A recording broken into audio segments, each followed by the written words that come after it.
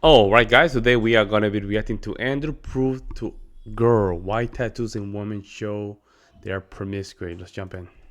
I feel like everyone definitely is going to have their own opinion about this, but in my personal opinion, I see tattoos as art. People make those, they draw them, you put them on your body, and I feel like they represent you. I feel like a sleeve isn't trashy. Also, tattoos are expensive. I don't think it's trashy to have a full piece. In my personal opinion, I think it's awesome, but I also am biased. I do have a lot of tattoos. Everyone in my family has tattoos. Everyone that I hang out with has tattoos, so. Did you have something? Yeah. Yeah, I was gonna say, like, in the adult film industry, a lot of us, like, if our stuff didn't sell to men, like, some of us, not everybody, but like some of the adult industry, we, like, let's say you're a girl performer, you're trying to sell to men. So like I know girls that have tattoos, they get them removed, or they even tell us, the agents tell us not to get tattoos, or we won't get work. And they also just tell us, yeah, not to get face piercings, or we won't get work.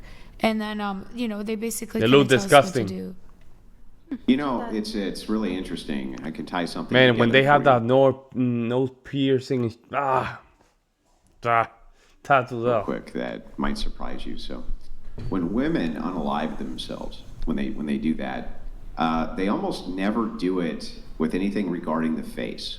So even if they use like like a boom boom stick, right? I'm sorry, I have to use YouTube language for this. They'll actually do it in the chest, right? They'll actually, chest, things like this. They actually will almost rarely do they do anything with their face. And the reason is because they want the presentation, at their funeral to be a certain way. They want people to remember them a certain way. They want to be presented a certain way. And this actually correlates with body art the exact same way, right? Women generally don't want their faces tatted up. They don't want that because they think that there's an expression there that other people see that they don't like, right? There's something which is ingratiated there that they don't like. So I think it is true that men associate this, rightly so, because they would associate it with like way more outgoing, way more social, this and that. And if you're way more outgoing, way more social, generally they would associate that with promiscuity. And so I think that that's why that stereotype exists. And I think it's a rightful stereotype, to be honest with you. Do you think that preferences have hindered modern dating? So, like, for example, I guess, like, writing someone off over what I would argue are these superficial attributes that don't necessarily contribute to their character always. Sometimes they do, I know, whatever.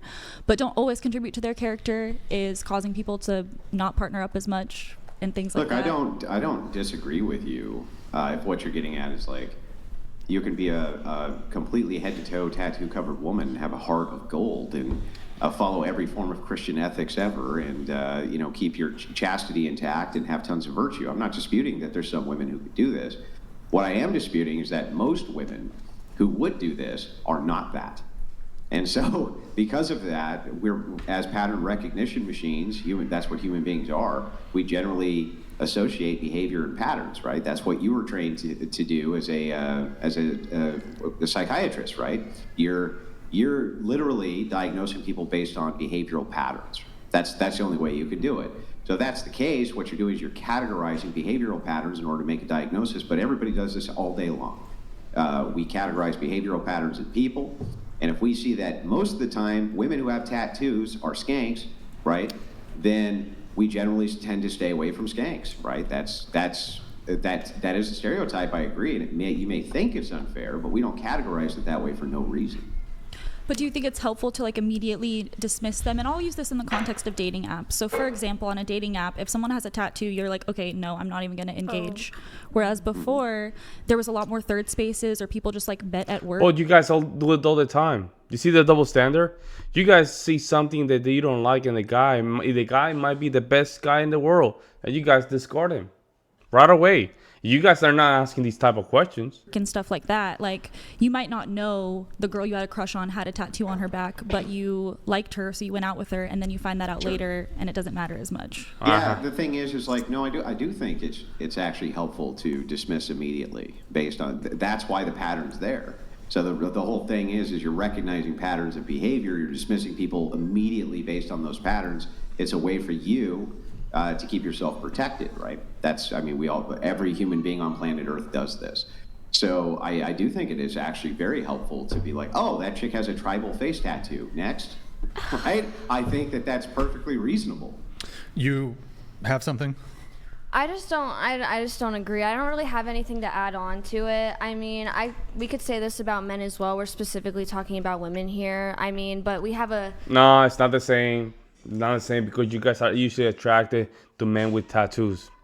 Very well tatted up documented. Christian man, virgin, who's right here. I don't think that... Exactly. Sorry, I'm not saying that in a bad way at all. Congrats. I'm just saying that, like, I think you can't say specifically women. If you're like, oh, they're like this, tattoos are like this, and why is it not correlated with both? Well, I think we can, and here's how I can make the argument, and I think it actually makes sense. So I think the characteristic of a man being very outgoing, being very charismatic, means that he may be promiscuous, but it's not really a sure thing. It's not really something which would just categorize him as being instantly in the domain of he's going to sleep around. For one thing, they always have way less options than women, no matter what anyway.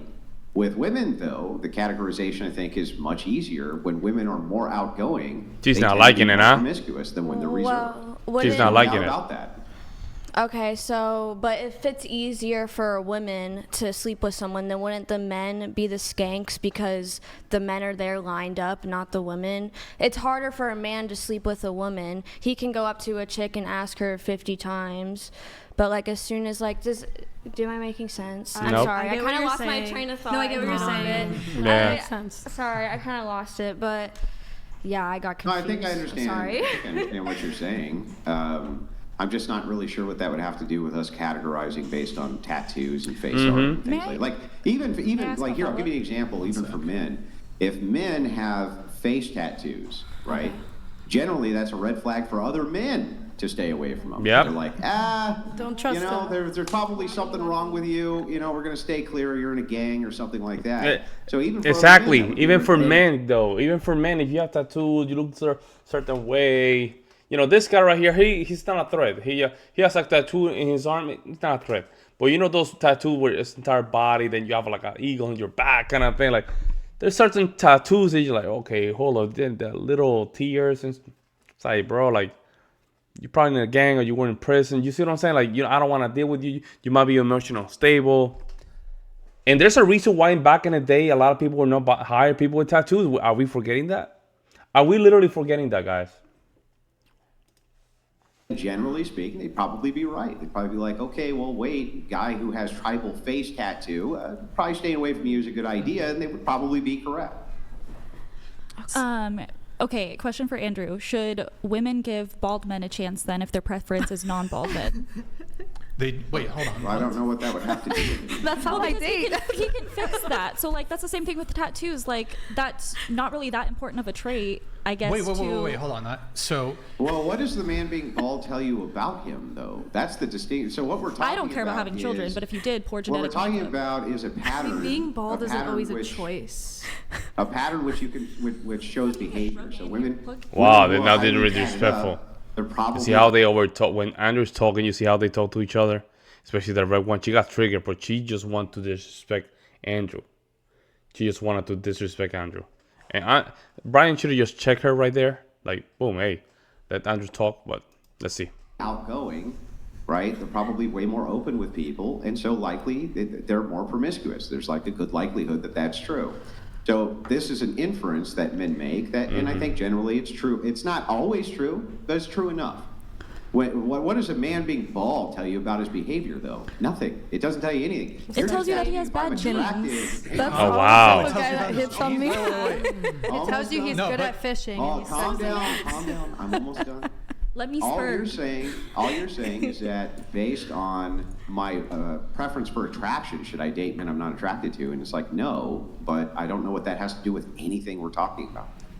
You're saying that tattoos show either like a mental instability. So if I, as a woman, see a bald man, that tells me like bad genes. So like that's the They say correlation. that- But hold on just a sec. Because you can fix that You're with literally Rogaine. proving our point because your original Yeah. argument was, whoa, it's really bad like how superficial men are because we were talking about like how we're going to disqualify women based on choices that they make, but women constantly zero men out and will not date men based off of like things totally out of their control. You mentioned superficial. Oh, it's so superficial for a guy to not want to date a woman because she has tattoos. Women are like, if you think men are superficial, women take superficiality to the fucking extreme. Yes, I understand. Hold on. Because you guys won't date a guy who's shorter than you. You guys won't date a guy who's a certain height. You won't date a guy who's balding. So by you bringing up this whole like, oh, well, what about the balding thing?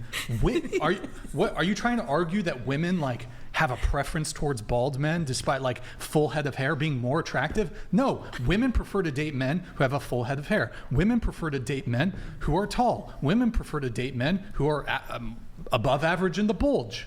Women disqualify. Women will 100% disqualify a great guy if he's not a certain height, if he doesn't have a full head of hair, if he's below average in the bulge, whatever it is. And all those things I listed are completely out of men's control, whereas the things we're talking about right now when it comes to tattoos, plastic surgery, that's choices y'all make. I agree, and I think more women should give more men with those traits a chance. They don't, though. They don't, but they should. don't. That's what I'm saying. Well, who cares about should? Who cares about should? Okay, but they why? don't. Yeah, they don't. Nobody could. They should. They shouldn't though. It's female nature. We're not looking here for should. We're just looking for the truth, right?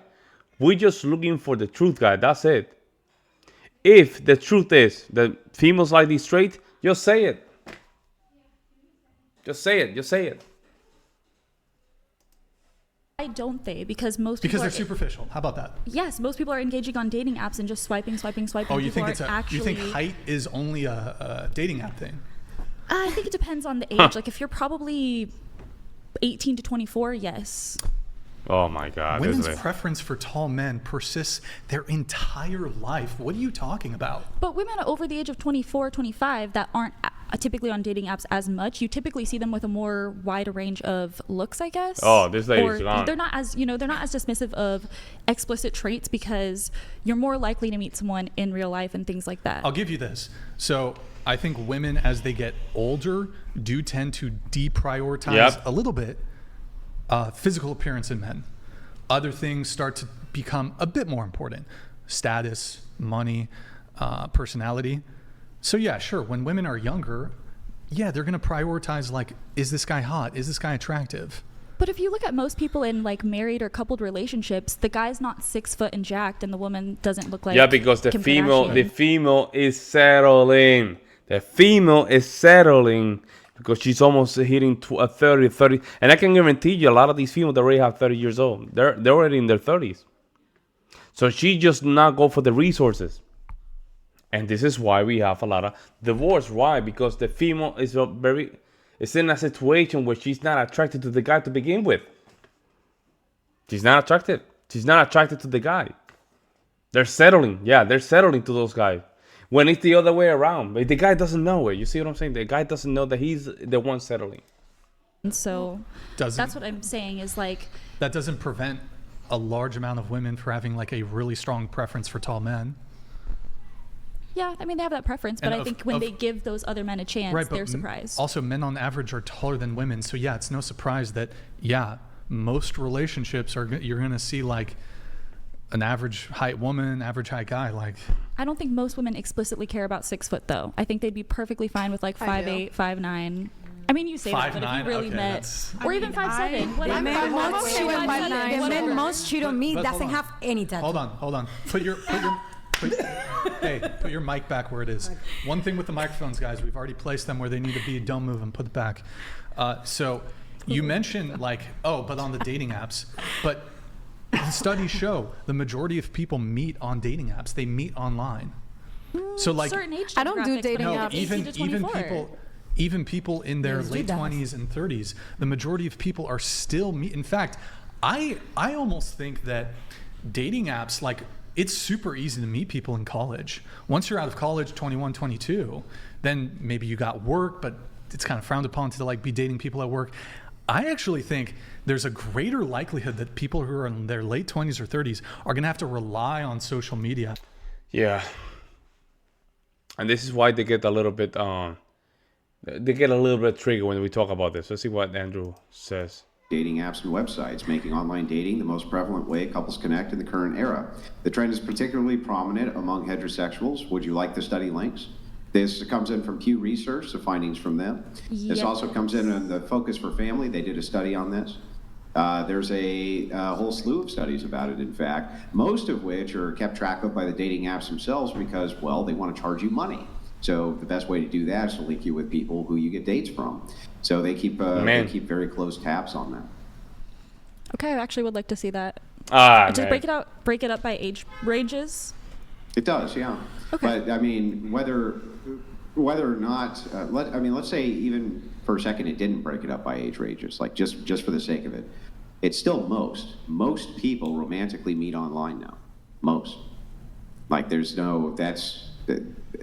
has to be the case, right? Because if you say I'm romantically involved and then you say where'd you meet him? Well, I met him online. I mean, it's a pretty easy thing to keep track of, right? That's not exactly hard data to gather. I think there's a good demographic of people that have been in relationships for a longer period of time than dating apps have been popular or been around that can't really participate in that study because they're already in a relationship and have been for like 10 plus years. My God. Why couldn't they participate in the study? They would just say, no, I didn't meet my partner on a dating app. Well, yeah, but they're pulling the sample from a dating app. So if you're not on the dating app. No, they're not. Oh, They're I not thought that's pulling what it you from said. the dating app. No, not Okay. Pew. I mean, they do pull from dating apps. It is true that you can find some this data specifically from dating apps, but the studies aren't making the reference the dating app specifically. Wait, Andrew, I mean, one question though, because the study you cited, it doesn't indicate that 100% of people are meeting on the dating apps. If you were pooling from the dating apps, wouldn't that number be 100%? Well, that's what I was Yeah, confused about at first. Because you're pulling If you're people pulling who are from only on the dating apps, then everybody who was on a dating app, or you would Yeah, that's 100% be meeting on good the point. dating app, of course. Yeah. Well, I guess not. It is possible that you Yeah. can meet external. Good point. There's something very interesting here going on, and I hope that they can just stare the atmosphere a little bit because we need to have more engagement from these some of these females because I see a lot of faces. A lot of females are just making some weird faces that they don't like in the conversation. I like that. Let me know what you guys think. I'll see you next one.